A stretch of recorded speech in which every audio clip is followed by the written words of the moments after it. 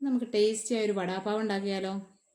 അതിനായിട്ട് ഞാൻ ഒരു 5 മീഡിയം വലുപ്പത്തിലുള്ള ഉരുളക്കിഴങ്ങ് എടുത്തിട്ട് കുക്കറിൽ ഹൈ ഫ്ലെയിമിൽ 2 വിസിൽ കേട്ടോ വെച്ചിട്ട് ഞാൻ വേവിച്ചെടുക്കുന്നുണ്ട്.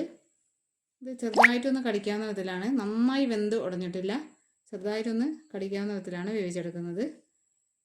ഇത് വിസിലൊക്കെ പോയി കഴിഞ്ഞതിന് ശേഷം ഞാനത് തണുത്തതിന് ശേഷം തോല കളഞ്ഞ് ഇതുപോലെ ഞാൻ തോലോട് കൂടിയിട്ട് തന്നെയാണ് വേവിച്ചെടുത്തിട്ടുള്ളത്.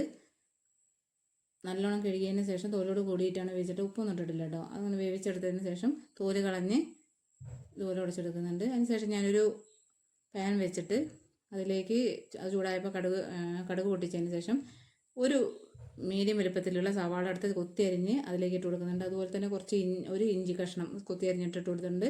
ഒരു 3 മുളകും ചെറുതാക്കി അരിഞ്ഞിട്ട് കൊടുത്തിട്ടുണ്ട്.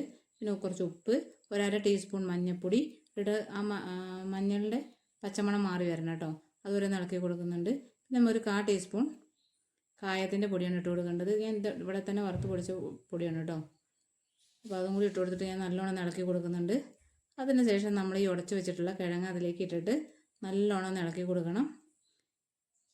അതിൻ്റെ വെള്ളമൊക്കെ നല്ലോണം വറ്റി വരുന്നവരെ ഇളക്കി കൊടുക്കണം. നല്ലോണം ഇളക്കി കൊടുത്തതിന് ശേഷം അതിൽ കായത്തിൻ്റെ ടേസ്റ്റോ അല്ലെങ്കിൽ ഉപ്പോ എരിവോ എന്തെങ്കിലും കുറവുണ്ടെങ്കിൽ നമുക്കപ്പോൾ ചേർത്ത് കൊടുത്താൽ മതി കേട്ടോ. നല്ലോണം ഇളക്കി കൊടുത്തതിന് ശേഷം നോക്കിയപ്പോൾ അതിൽ കുറച്ച് ഉപ്പും എരിവും കുറവുണ്ടായിരുന്നു. അപ്പോൾ ഞാൻ അതിൽ കുറച്ച് ഉപ്പും കുറച്ച് ചില്ലി ഫ്ലേക്സും കൂടി ഇട്ട് കൊടുത്ത് നല്ലോണം ഇളക്കി കൊടുക്കുന്നുണ്ട്. ഉപ്പും ചില്ലി ഫ്ലേക്സും എല്ലാ ഭാഗത്തേക്കും ആവണം, അല്ലെങ്കിൽ ചില്ലി ഫ്ലേക്സ് ഇട്ട് കൊടുക്കുന്നുണ്ട്. നല്ലോണം ഇളക്കി കൊടുക്കുന്നുണ്ട് കേട്ടോ. ഉപ്പ് ഇട്ട് കൊടുത്തിട്ടുണ്ടായിരുന്നു, ഉപ്പ് കുറവാണ് തോന്നിയതിന് ശേഷം പിന്നെ ഞാൻ ചില്ലി ഫ്ലേക്സ് ഇട്ട് നല്ലോണം ഇളക്കി കൊടുക്കണം. അല്ലെങ്കിൽ ഉപ്പും ചില്ലി ഫ്ലേക്സ് അവിടെ ഇവിടെയൊക്കെ ആയിട്ട് എരിവും ഉപ്പുമായിട്ട് നിൽക്കും. അപ്പോൾ നല്ലോണം ഇളക്കി കൊടുത്ത് എല്ലാ ഭാഗത്തേക്കും ആവണം. അതിനുശേഷം നമുക്കിനി മാവ് തയ്യാറാക്കാം. അതിനായിട്ട് ഞാൻ 1 ഗ്ലാസ് കടലപ്പൊടി എടുത്തിട്ട് അതിലേക്ക് 2 ടേബിൾ സ്പൂൺ അരിപ്പൊടി ഇട്ട് കൊടുക്കുന്നുണ്ട്. ടീസ്പൂൺ അല്ല, ടേബിൾ സ്പൂണാണ് കേട്ടോ. ഇത് ക്രിസ്പി ആയിരിക്കാൻ വേണ്ടിയിട്ടാണ് 2 ടേബിൾ സ്പൂൺ അരിപ്പൊടി ഇട്ട് കൊടുക്കുന്നത്. പിന്നെ അതിലേക്ക് ഞാൻ ഇതുപോലെ തന്നെ 1/4 ടീസ്പൂൺ കായത്തിൻ്റെ പൊടി വീട്ടിൽ തന്നെ വറുത്ത് പൊടിച്ചാണ്. പിന്നെ ഒരു 1/4 ടീസ്പൂൺ മഞ്ഞൾപ്പൊടി, ഇത് നല്ല എരിവുള്ള മുളക് പൊടി തന്നെ ഒരു 1/4 ടീസ്പൂൺ ഇട്ട് കൊടുക്കുന്നുണ്ട്. പിന്നെ പാകത്തിന് ഉപ്പിട്ടിട്ട് നല്ലോണം ഇളക്കി കൊടുക്കുന്നുണ്ട് കേട്ടോ.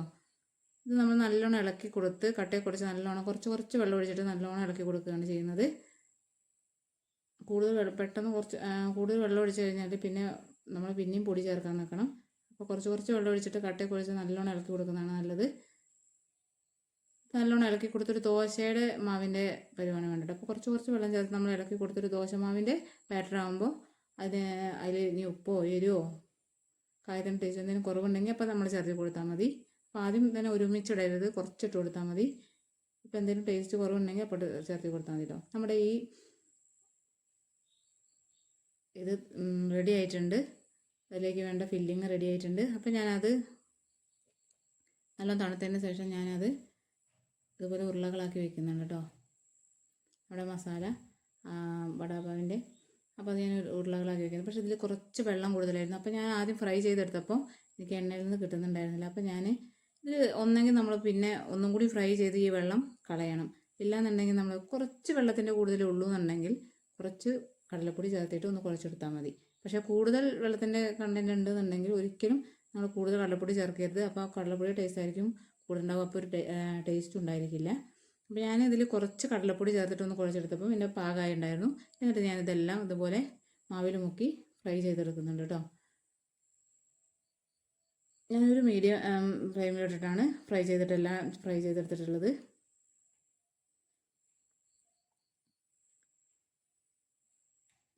അങ്ങനെല്ലാം ഫ്രൈ ചെയ്തെടുത്തതിന് ശേഷം പിന്നെ ബാക്കി വരുന്ന കുറച്ച് മാവ് ഞാൻ അതുപോലെ തന്നെ ഒഴിച്ച് ഫ്രൈ ചെയ്തെടുക്കുന്നുണ്ട് കേട്ടോ. എല്ലാം ഇതുപോലെ ഫ്രൈ ചെയ്തെടുത്തതിന് ശേഷം ഞാൻ ബാക്കി വരുന്ന മാവ് എന്ത് ചെയ്തിട്ടുണ്ടാവും കുറച്ച് ഒഴിച്ചിട്ട് ഫ്രൈ ചെയ്തെടുക്കുന്നുണ്ട്.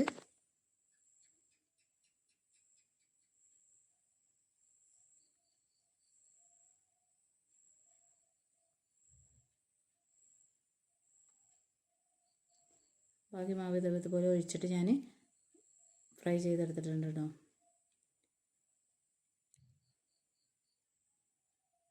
അപ്പോൾ നമുക്കതിലേക്ക് വെറുതെ മാവ് ഒഴിച്ചിട്ട് കുറച്ച് ഫില്ലിങ്ങിന് വേണ്ടി വേണം. അപ്പോൾ ഞാൻ അങ്ങനെ വെറുതെ മാവ് ഒഴിച്ചിട്ട് കുറച്ച് ഉണ്ടാക്കിയതിന് ശേഷം പിന്നെയും മാവ് ബാക്കിയായി വന്നപ്പോൾ ഞാൻ എന്ത് ചെയ്ത് ബ്രെഡ് നീളത്തിൽ മുറിച്ചിട്ട്, അപ്പോൾ ഒരു ഭംഗിയും കൂടി ആയിരിക്കും കാണാൻ. പിന്നെ അങ്ങനെ ഫ്രൈ ചെയ്തെടുക്കുമ്പോൾ നല്ല ടേസ്റ്റാണ് ബ്രെഡ് ബജി.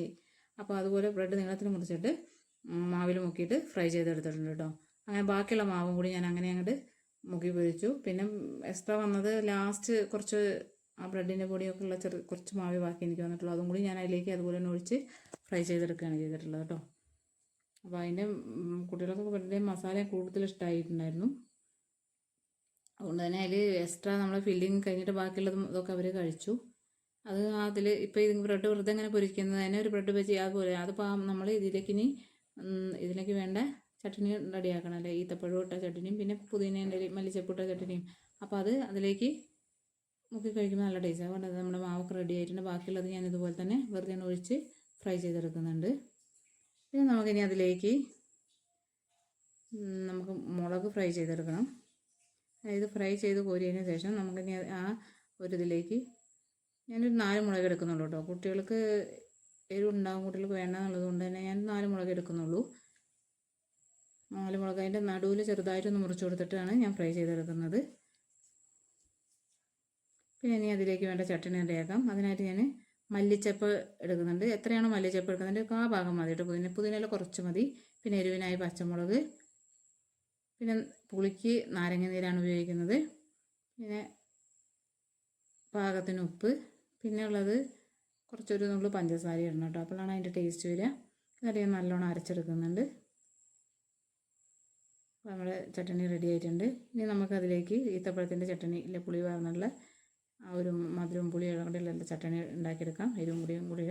അപ്പോൾ അതിനായിട്ട് ഞാൻ ഈത്തപ്പഴം ചൂടുവെള്ളത്തിലിട്ട് വെച്ചിട്ടുണ്ട് കേട്ടോ. നല്ലോണം കഴുകിയതിന് ശേഷം ചൂടുവെള്ളത്തിൽ പിന്നെ ഞാൻ പുളി കുറച്ച് ഒഴിക്കുന്നുണ്ട്.